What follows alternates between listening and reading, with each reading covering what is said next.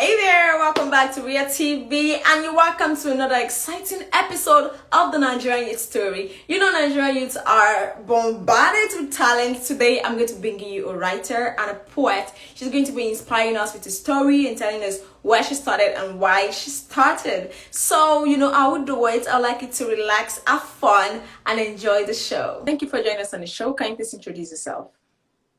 My name is Zubaida Musa Ibrahim, and thank you for having me here. Musa Ibrahim Zubaida, can you please tell us what you do and why you started?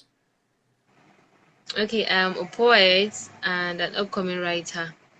That's what I do. Okay. Why did you go into writing? Okay, unlike others, I was not really born a writer. I think went into writing 2018. And okay, when I was small, I used to write, but I didn't take it as writing.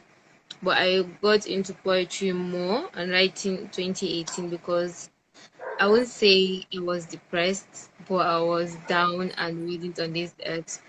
So I ventured into it, and poetry in general and writing brings me this serenity and this peace, and it calms me down. Like no matter what I'm going through, if I should just pick my pen and start writing, I control my feelings, and it just makes me feel better. Actually, it's like a therapeutic something to me. Okay, so you go into writing because it is you. Yes. At first, I was just doing it for just for the fun and everything. But then when I got to find out that okay, it's part of me and it's like a hidden talent I never knew I had. And I was happy doing what I'm doing, no matter how stressful it is, I'm still happy doing it. So writing is stressful. Why is that? Not really stressful, but we still have writer's block. I don't know if you've heard of it. Like, okay, on some days you have inspiration to write about something, they will just come from nowhere. And on some days your brain will be blocked. You can't think of anything to write, and it might go on for days. Like you just be there, you can't write, you can't do anything. And sometimes you have to think. If you don't have the inspiration and you really wanted to write about something, you have to think and get your inspiration from someone. Okay, so where do you Yeah. get your inspiration from? Almost, I think I get it from my emotions. Most of my works are, if you read it, there's a lot of emotions inside. So it depends. I don't just write just like that. It's when I'm Yeah, I think emotional. I read one sometime back. I think it was related to heartbreak or something like that. Like, girl, are you okay? Yeah, Yeah, so you sometimes you I'm you are okay. I just inspired need to. by your emotions. Yes, but then it's not really me that it's happening to. Maybe it's a situation I see somebody in and I'm feeling empathy, or like okay, I see people in love and I was wow, like I love this couple, like, and it just gave me a motivation to write about love. And maybe it's a situation about Nigeria or something. I'll try to get my inspiration from somewhere. That's when I want to really write. Sometimes it just come on its own. Okay, so what is your advice for upcoming writers? Well, my advice for them is to keep writing. You can't just be a writer overnight, seriously, and because it takes time for people to recognize your work. So keep writing every day, writing and reading. Keep reading and keep writing, no matter how little it is, how little you write. Just keep it up. You get used to it.